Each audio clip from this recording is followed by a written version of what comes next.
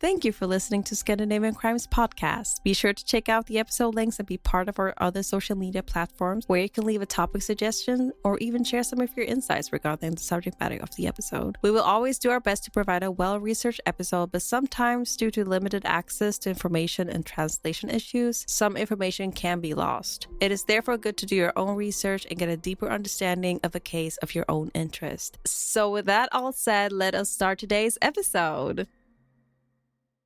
Hey, what's up, you guys, and welcome to another episode of Scandinavian Crimes. As you already know, if you don't know, actually, my name is Devante, and say hello to my co-host, Delila. Hi! And on this podcast, we cover famous Scandinavian criminals who made their mark throughout Scandinavian history. So before I dive into today's episode, I want to give a shout out to Lars Samuelsson for informing us about the recent changes in the Banahai Lake murder cases. So for those of you who do not know, these cases sometimes are ongoing, and during the time of these recordings, because we do record a majority of our episodes in advance, a few weeks in advance, we don't always know about the updated cases, obviously, because some of them things are happening in present time. So in the case of the Banahai murders, this situation kind of transpired in October of 2022. And by that time, those episodes were already recorded. So I think that having, listeners who update us on information like this is phenomenal, and I really appreciate it. But for those of you who don't know, just a quick little insight about this particular situation. We did mention on the podcast in the Banahai murders part 1, and I think we did briefly again on part 2 as well, is that Viggo Christensen was the one who was blamed ultimately for the murders. And I did make a comment that, it seemed odd. It seemed kind of out of nowhere because there was no evidence. They just kind of named him. Well, come to find out, October 2022, he was acquitted of this. And basically, I think he was entitled to some compensation as well for the time he actually spent behind bars. So we're going to touch upon that in the future. So stay tuned for that one. And once again, thanks Lars Samuelsson for reaching out, because that is information we love to know, and we encourage all of our listeners to actually go out, pull information, whether it be a new case or even updated information about a case. Let us know, because like I said, most of our research is coming from different countries, and we're limited to what we can see and how quickly we can see it. So without further ado, let's kind of just talk about the 1987 Viking Sally murder. The Viking Sally murder is a homicide that took place on July 28, 1987, aboard the cruise ferry MS Viking Sally. The ferry was en route to Stockholm, Sweden, to Turku and Finland. Sometime during the trip, an unknown assailant attacked two West German tourists, Klaus, Schelkle, and Bettina taxis. And forgive me, I'm American, so I may butcher the names, killing one and seriously injuring the other. So sit back. Make sure you grab your tea, your coffee, make sure you have your headphones in tight, make sure you grab some snacks if you're home, if you're at work, and we're about to go over the story of the 1987 Viking Sally murder. Klaus and Bettina were students from West Germany who were romantically involved. Together with Klaus's friend, Thomas Schmid, they had decided to tour Nordic countries in the Interrail rail pass with the aim of traveling from West Germany to Stockholm, crossing over the ferry to Turku, continuing up through Finland to Lapland, and returning south along the coast of Norway. The trio sailed from Stockholm in the late evening of July 27th. They became acquainted with some of their fellow passengers that night, including a young British man on his way to meet a Finnish woman he had met earlier, and a Finnish car parts dealer returning from a business trip in Germany. Klaus and Bettina were socially outgoing. People loved them. They were socialites in terms of just how they interacted with people. Schmidt was a lot more reserved, on the other hand, very quiet, very to himself, but nonetheless he seemed like a very normal person. The three had limited funds, which explains why on the night of the incident they did not have cabins. Instead, they were sleeping in public areas. Around 1 a.m. on July 28th, Klaus and Bettina fetched their sleeping bags from inside the ship, while Thomas was asleep in a public area with the backpacks and other belongings of all three. The couple headed for an open-air ninth deck in the rear of the ship, where they had earlier identified a shelter spot next to the ship's helipad. Their chosen location was dimly lit due to a broken lamp. At approximately 3:45 a.m., a group of 3 Danish Boy Scouts on their way to a jamboree in Finland were wandering around the ship's deck and chanced upon the victim's sleeping area. According to their witness statements, they saw 2 people whom they first thought were heavily intoxicated as they seemed to struggle to stand up. The Boy Scouts soon realized that both had serious head injuries and were barely conscious, and that the whole area was surrounded in blood. One of the Boy Scouts approached them, intending to provide first aid, but soon realized their injuries were far too serious. The Boy Scouts alerted the ship's front desk, which ordered the ship's on-call nurse and security operative to the site of the incident. The nurse immediately recognized the severity of the injuries and asked the ship's captain, also in attendance, to request a Finnish Coast Guard rescue helicopter to be dispatched to carry the victims to Turku University Hospital ahead of the ship's arrival in port later that morning. At 5:48, the victims reached the hospital, where Klaus was pronounced dead on arrival despite attempts by the ship's nurse to resuscitate him during the flight. Taxis were in critical condition with similar injuries, apparently resulting from heavy blows to the head. A chief investigator later described the attack as especially ferocious. The crime almost certainly took place within the jurisdictions of Åland, but the Finnish Ministry of Interior decided, due to the significance and the investigation resources required, the Turku Regional Police Force would investigate the matter instead, assisted by the Finnish National Bureau of Investigation, the NBI. The first police investigation and crime scene technicians arrived on the ship at 6:30, while still at sea on the same helicopter that had transported the victims to the hospital. When the ship docked in Turku at 8:10, the police had surrounded, aiming the seal and the perpetrator, who was still thought to be on board. Police initially planned to interview and video record all passengers as they disembarked, but soon realized that it was not possible due to the sheer numbers of people involved. There was over 1,400 passengers on board that day, and decided to exclude families with children and elderly. They had also detained certain persons of interest, including Schmidt, the young British man they had associated with. He was also detained, and he was found in the morning with his clothes stained in blood, though he claimed this was a result of a nosebleed. Bettina was soon ruled out, but the British man was interviewed repeatedly until forensic studies confirmed that the blood on his clothing was indeed almost certainly his, although due to the 1980s forensic technology, this was not wholly conclusive. In August 1987, shortly after the incident, local fishermen discovered a plastic bag full of clothes on the uninhabited skerry of Lilla Björnholm in the Turku archipelago, only some 200 meters, which from the American folk, 660 feet, from the sea lane used by ferries to and from Turku. The fishermen left it there, but upon finding it again, they returned a year later. They passed it on to the police. Investigators published the bag's content, including the fact that the glove found in the bag was monogrammed with the initials HK, and stated that some forensic evidence suggested that the clothes originated from the Viking Sally, but this did not lead to a break in the case. Over the next several years, investigators traced and interviewed as many of the video recorded passengers as possible. Some could never be identified. Investigators sailed to the same ship several times, hoping to find clues, to no avail. As forensic technology advanced, the evidence gathered provided some clues, but ultimately not enough to solve the mystery. There were no eyewitnesses to the incident, no useful CCTV footage, and no apparent motive. And taxis has no recollection of the event, all of which made solving the crime particularly more difficult. Despite the unprecedented scale of the police effort, the investigation was discontinued in the 1990s. In 2019, the police revealed that they had a prime suspect in the case, but would not reveal the suspect's age, sex, or nationality, confirming only that the person was alive and thought to have acted alone. They later added the perpetrator was thought not to have known the victims. In September 2020, Turku police finally announced that they had solved the case and were passing it on to prosecutors.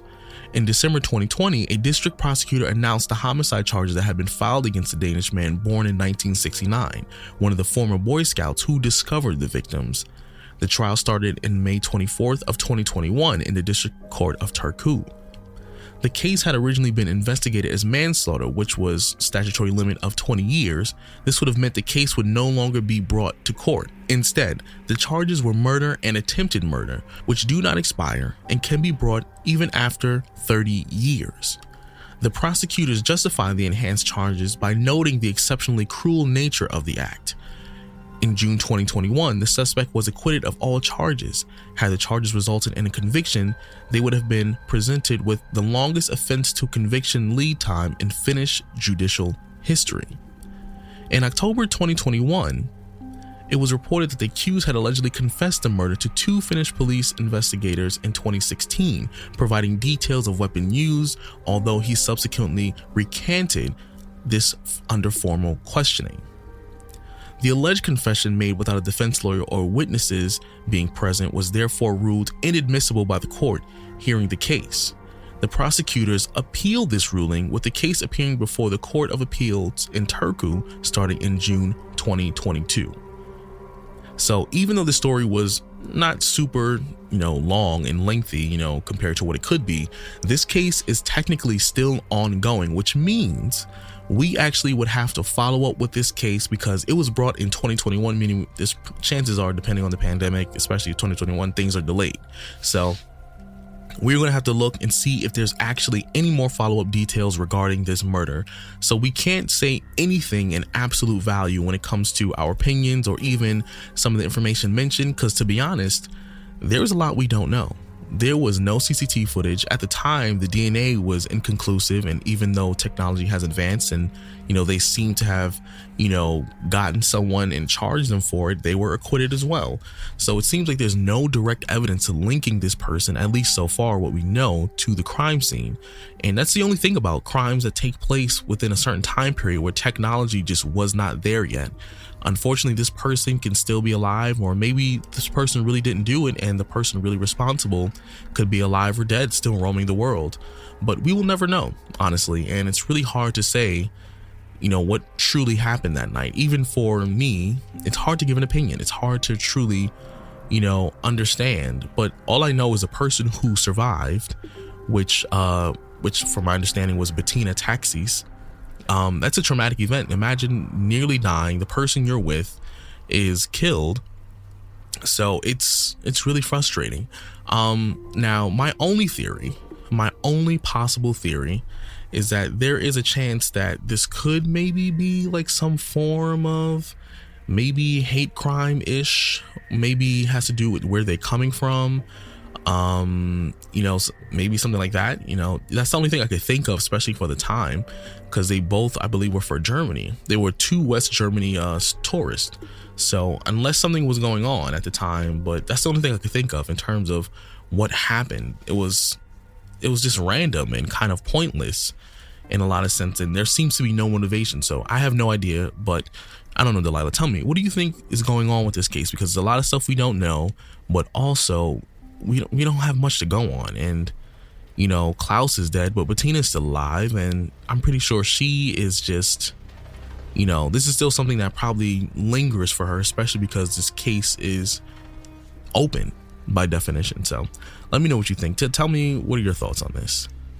What really, I think it sucks that we never truly got to know who it was. I don't know why they kept it anonymous, or maybe, I don't know, but I would have loved to know who it ended up being and who was the one confessing. They said it was one of the suspects, but they had a couple of them.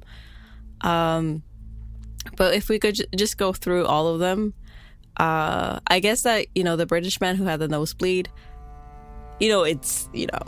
imagine him being in his room and it'd be like, oh, I have blood, but no, it's my nosebleed. And then somebody died, and there was a lot of blood there, and you really thought it was, him, but I guess that they did forensics and it just didn't end up being him. But also the technology back in the day wasn't really as good, so they couldn't really conclude truly that it wasn't him. And then we have the Danish scout guy. If it was him, it would have been impressive, because then he would have done the deed, walked away, grouped with his guys and his friends, and then walked to the scene as an alibi in a short amount of time. And I found that very like malicious and calculative, I guess. And I don't know if he specifically was drunk. It didn't really specify that. But I mean, all of them were drunk. If he was drunk, it was even more impressive, honestly. So, and also like him being like the one finding, or not him, but the group being the one finding the crime scene would make him automatically not as suspicious. And I just thought it was very, like, if it would have been him, he would have been smart about it. Like he seemed to be smart about it. And then they had like other people, and I'm quite sad that they couldn't truly like interview everyone because of how many they were. And I think they also have like a schedule for ships and stuff, and they don't want to wait too long for the investigation, that they had to like skip families and elderly. I guess elderly, fine, that's like okay to skip, but like families, you can have a crazy like husband or wife who could do things like this, and even both of them together do stuff like that as well. I'm not saying that I think it was a family or like a mother or father, but I mean, it could be, because, you know, we never know. Because, you know, usually when you go to a ship like this, to a cruise, you want to have fun with your family, so the kids are sleeping, and you can just... Sorry, I don't mean to interrupt you, but I don't think it's like a traditional cruise ship. Like, it wasn't like something where you go on vacation. This was more like a transportation cruise ship. Oh, so, but I thought that Sally, okay, because in Sweden we have like different, or not only in Sweden, but we do have the Finnish, Swedish crew thing, different ones, different labels. And over here, I mean, nowadays it is like a cruise, but it's not really like, I mean, back in the days, it wasn't really a cruise. But today it's kind of it's like ferry. A cruise and also a transportation. So you do enjoy yourself in there. You could also just go on the cruise and then go back to your country. So basically, I guess also to clarify for everybody else too, because they did say just cruise a few times. So the Viking Sally was a cruise ferry. So it means basically you can get transported, like you said, to your country. But the benefit of a cruise ferry is that you can get a room. So instead of you being uncomfortable, like on a regular ferry, like, you know, in New York, we have the New Jersey and Long Island ferry and stuff like that. I forgot to tell, like, so yeah, the American ones are really horrible. I'm sorry. I just have to be clear with that too. Like, it's not. That was random and unnecessary. I'm sorry, but I've been in one and I was like, never again. So. Yeah, because it's just a ferry to get you from point A to point B. To point B, exactly. Rather than a cruise ship. A cruise ship, you know, specifically has, you know, amenities where you can sleep, and that's basically what this cruise ferry had. So you can sleep there overnight depending on where you're going, but it's a ferry as well. So it's only meant to get you from point A to point B comfortably. So it wasn't like a cruise ship. Just so everyone's clear as well, so that way they can understand that, you know, that's pretty much what it was.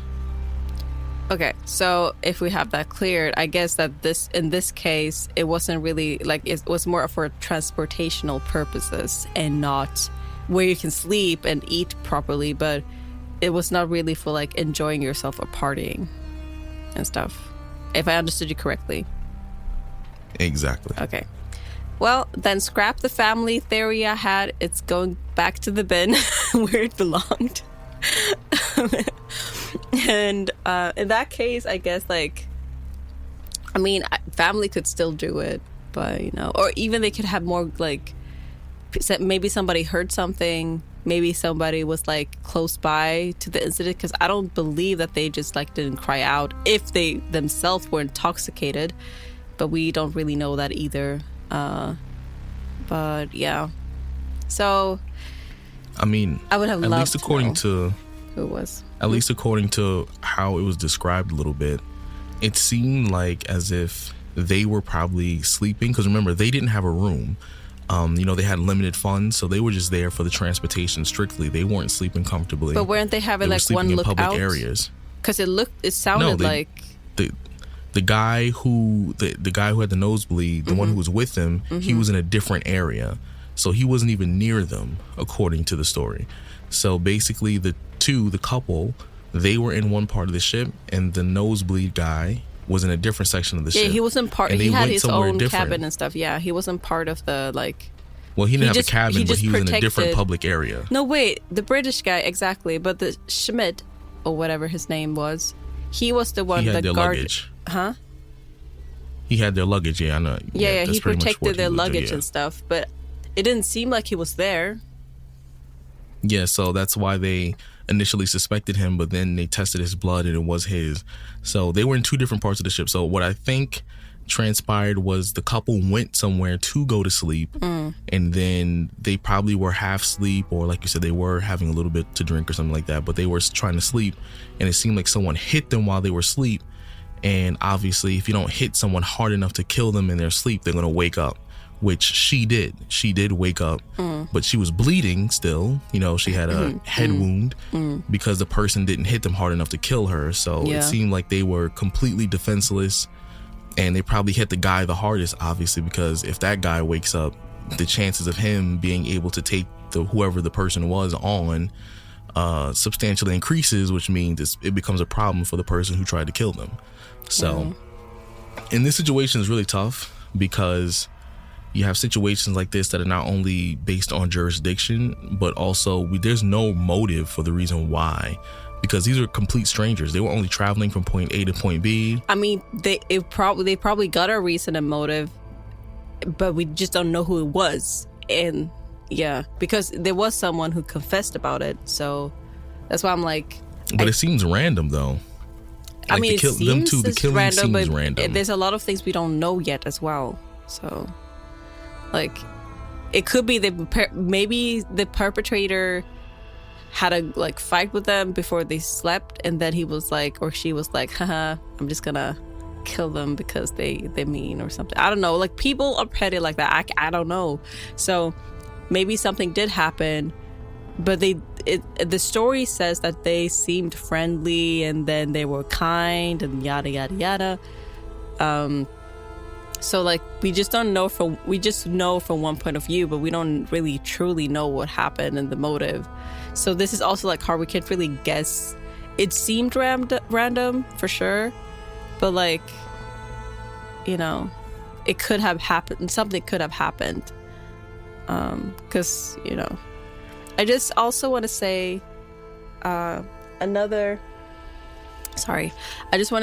thing about safety in general in cruises, because, you know, this is not, in this case it ended up with murder, but like everything can happen in a cruise. There have been reports of like, you know, rape or involuntary intoxications and like people doing crimes, and it's hard to, even though there are cameras, it's hard to you know, there's not camera in the cabin, so people do like certain crimes like sexual assault, for example, in the cabins, or like what's it called, the sleeping area where you sleep? It's the cabin, right?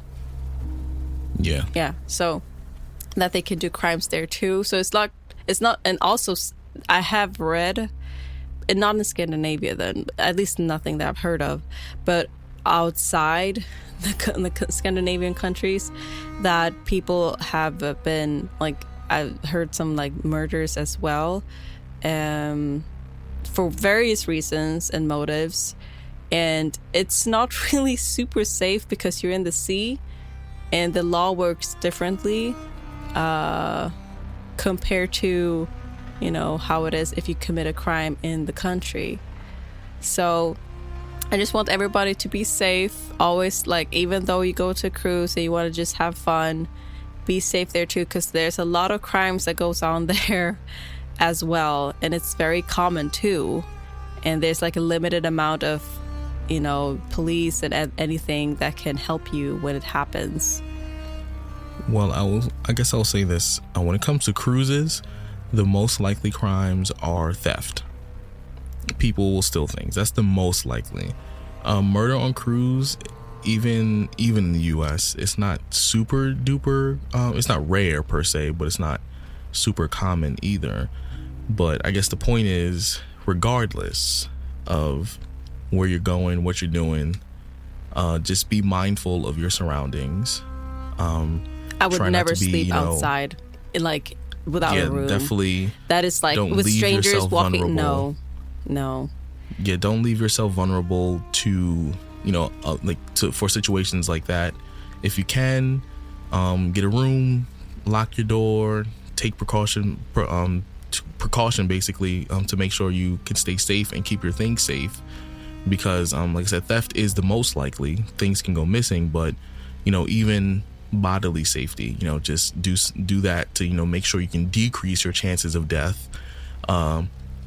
I get cruises are to have fun, but also be mindful. Even though this is a cruise ferry in the story, just be mindful even when you're on regular cruises. It's okay to have fun, but just also be aware of your surroundings. Things can happen, whether it be, like I said, bodily harm or theft. Regardless, you should be paying attention and be mindful for your family and all that stuff and your partners. I'm actually surprised. And also when it comes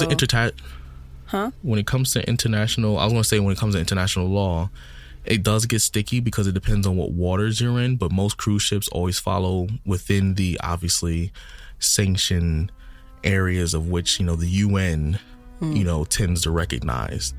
And so also there will where be an investigation, you are going but it can get messy as well, because but oftentimes they'll try and redirect it to the people who are most qualified. But also because of the international waters, it can get a little messy because they're, some countries are more equipped for it than others. So that's also where it gets a little messy. So just be mindful in general as well. If hopefully you never have to encounter that situation, but if you do, just know that those situations can involve, messy investigation at first, because multiple jurisdictions, international water, it's a headache. Another thing I want to say, just what's mostly common in Scandinavia is theft, obviously, but also sexual abuse in any way, like grouping or even rape.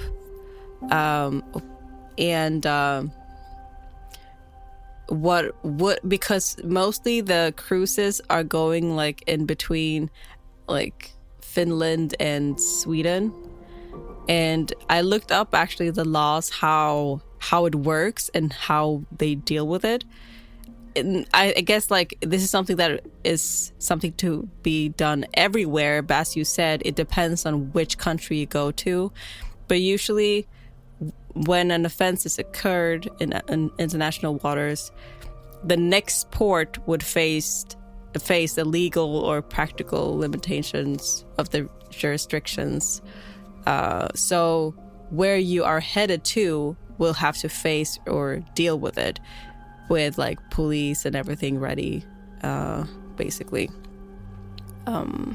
So that's the law, but I think it might depend also where you are going as well, as you said. And so, even though this case is relatively short, it's pretty straightforward, it's still something that should be obviously not only told for other people so that way they know to be mindful when they're traveling, but also just to be aware that this is actually an ongoing case. So much like, the last case that we did, I believe, if I remember correctly.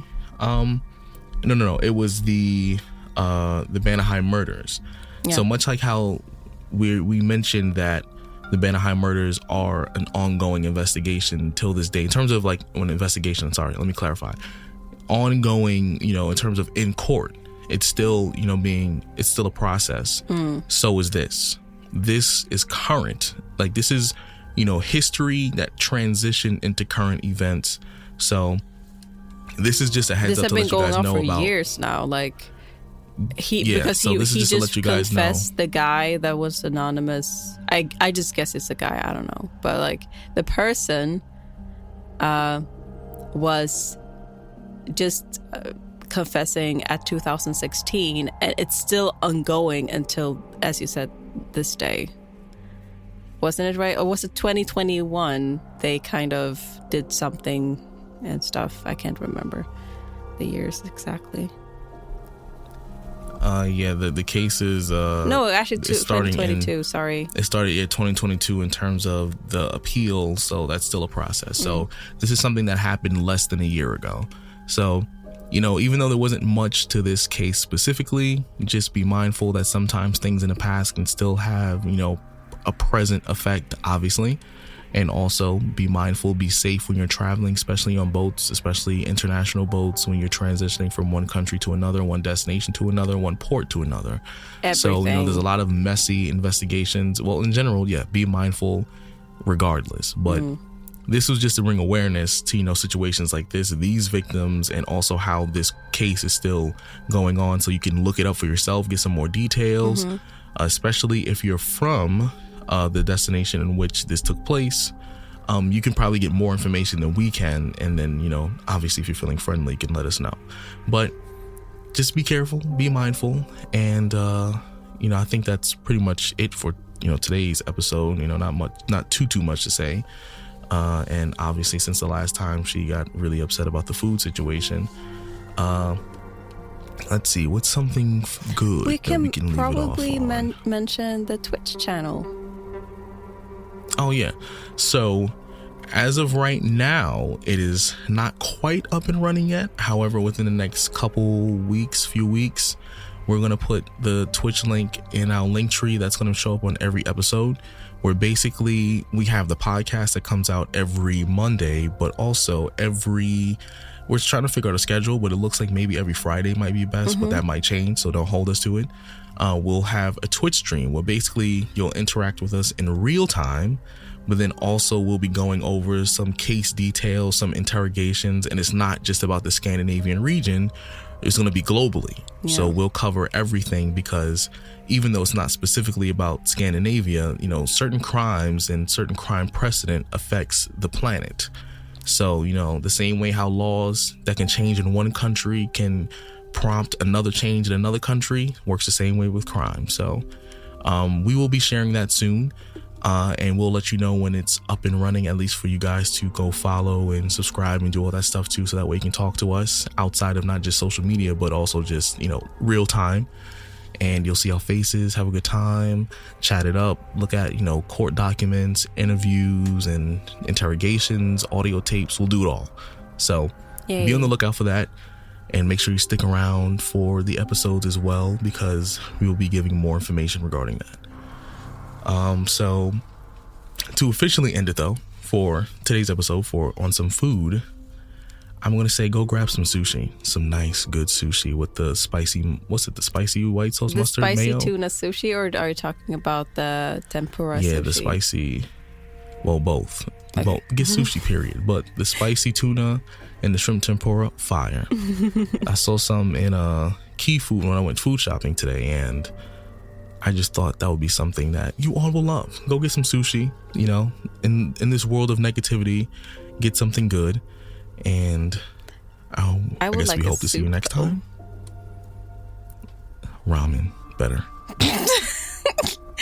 I don't know. I got craving for soup, kale soup for some reason.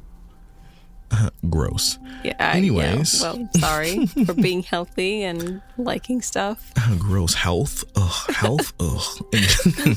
Anyways, I guess we'll catch you in the next one. All right. So peace out. So bye, everybody. Bye.